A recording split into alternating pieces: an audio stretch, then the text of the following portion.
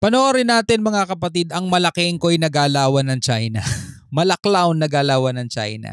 Nitong mga nakaraan lang, naglagay ng payaw ang ating mga mangingisdang Pinoy na ineskortan ng BFAR at saka ng PCG no, dito sa may Rosal Reef. Nakabuntot ang China at nangharas ulit sila mga tol. Pero nitong nakaraan, nagkaroon tayo ng multilateral maritime cooperative activity kasama ang tatlong bansa, Japan, Australia at saka Amerika. Inaasahan natin mga tol na ang China ay magmamatsyag lang mula sa malayo. Hindi sila lalapit, hindi sila mangre-regio challenge, hindi sila manghaharas. Kasi alam natin mga tol, bago pa man mangyari yan, talagang ang China, ang galawan nila, Pilipinas lang ang kaya nilang bulasin. So eto sa report mga kapatid, no, panoorin natin to. Dahil 2 barko daw ng Chinese Navy ang namataan habang isinasagawa ang multilateral maritime cooperative activity. Anong ginawa nila? Tulad ng inaasahan natin mga tol, nakamatsyag lang sila mula sa malayo. Panoorin natin to mga kapatid, bigyan natin to ng reaction and commentary mula rito sa PTV Philippines. 2 barko ng Chinese Navy ang namataan habang isinasagawa ang maritime o multilateral maritime cooperative activity sa West Philippine Sea. Hindi naman ito nakaantala sa kauna-unahang MMCA katuwang ang ilang bansa. Ang detalye sa report na ito. Hindi talaga sila makakaantala mga tol. Anong ginawa nila? Nag-muscle flexing lang sila doon sa kanilang sariling lugar mga kapatid. Para nga silang mga bata na alam mo yun, pag naglabas ka ng laruan, maglalabas din siya ng laruan tapos payabangan kayo ng laruan. Nagsagawa tayo ng Multilateral Maritime Cooperative Activity o MMCA habang sila mga kapatid nag-muscle flexing sila dun. Parang akala mo talaga nakikipagkompetensya no? Abnoy kasi yung panila, abnoy yung presidente nila eh. Sabay na naglayag sa West Philippine Sea nitong linggo ang mga Navy ship ng Pilipinas, Estados Unidos, Japan at Australia. Bahagi ito ng kauna-unahang multilateral maritime cooperative activity sa pagitan ng mga nasabing bansa. Iba't ibang maneuver sa karagatan ang ginawa kung saan sa panig ng Pilipinas, ang mga barkong lumahok ay BRP Antonio Luna, BRP Gregorio del Pilar at BRP Valentin Diaz. Diba? Bago to mangyari, gumawa pa tayo ng reaction video. Testing to sa katapangan ng China. Na-testing nga mga kapatid, di ba? Ampaw, di ba?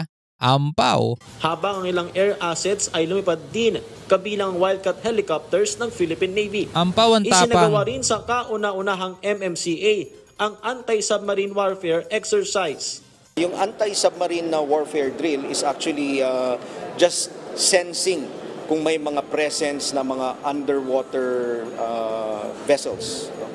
May mga sensors tayo. May tuturing naman na matagumpay ang MMCA sa kabila ng presensya ng 2 barko ng People's Liberation Army Navy ng China na namataan sa layong 6 nautical miles mula sa aktibidad. Successful po yung nangyaring exercise natin. We were able to achieve all the objectives that we have set forth. Di ba? Nang walang aberya. Kasi medyo malayo-layo na rin yung 6 nautical miles mga kapatid. Gaano ba kalayo ang 6 nautical miles? Convert natin sa kilometer. So 6 nautical miles, lumalabas yun na 11 kilometer mga kapatid. Medyo malayo-layo rin yun 11 kilometer ang layo mga tol. Ganon kalayo yung barko nila mga tol. Ngayon, while they were doing the exercise, we noticed the presence of 2 PLA Navy ships in the distance. Pero wala naman pong ginawa itong mga Navy ships na ito para i-block or hadlangan yung ginagawa nating mga exercises. Hindi nila, biruin mo may kasama tayong 3 powerful countries, malakas na bansa, puro destroyer. Japan pa nga lang, hindi na sila uubre. O di ba may Australia pa, tas Amerika pa. Hindi nila magagawa mangharang mga tolala. Kung Pilipinas lang yun, malamang sinundan tayo nun, binuntutan tayo nun. Ngayon, gano'n sila kalayo? 6 nautical miles, nasa 11 kilometer. O, tignan mo kung gano'n kalayo 11 kilometer. Hindi mo na nga matatanaw yun ng mata. Hindi mo na matatanaw ng mata yun Gagamit ka na talaga ng binoculars nun So, tuloy-tuloy naman. Naging successful yung ating multinational maritime cooperative activity.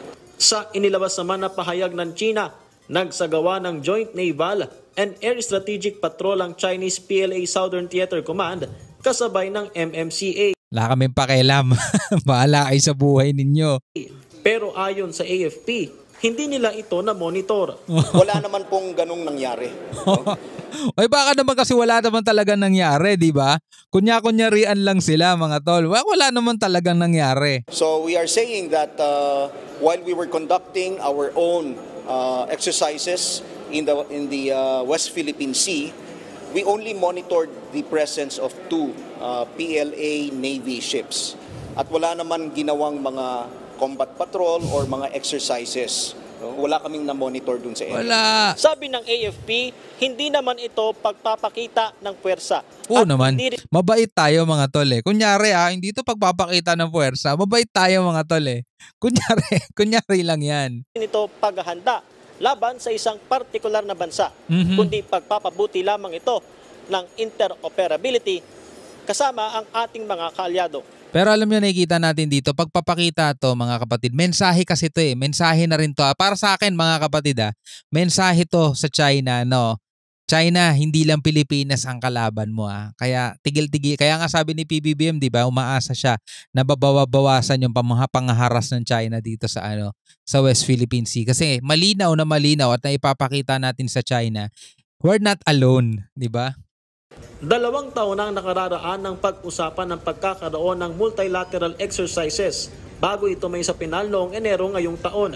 Sabi ng Defense Department, nais ipakita sa MMCA ang pagkakaisa ng mga kalahok na bansa sa pagrespeto sa maritime rights ng Pilipinas alinsunod sa international law.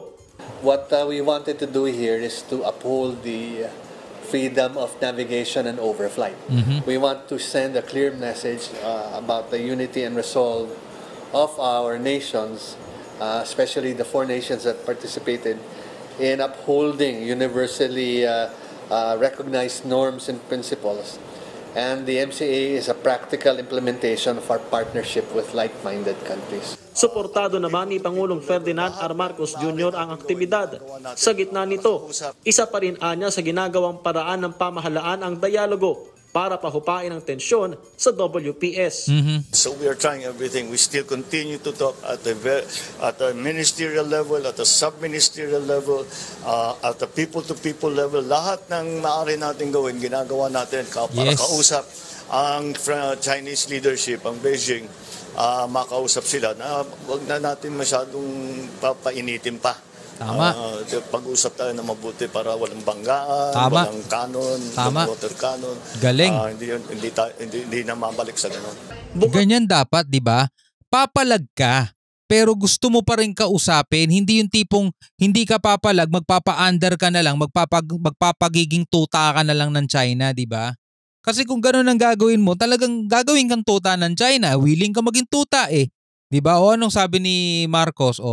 Pumapalag tayo mga kapatid, pero gusto niya makausap leadership ng Chinese para mabawasan na tong mga agresibong aksyon na ganyan, mapag-usapan na maayos. Pero tingnan nyo, never tayo di ba?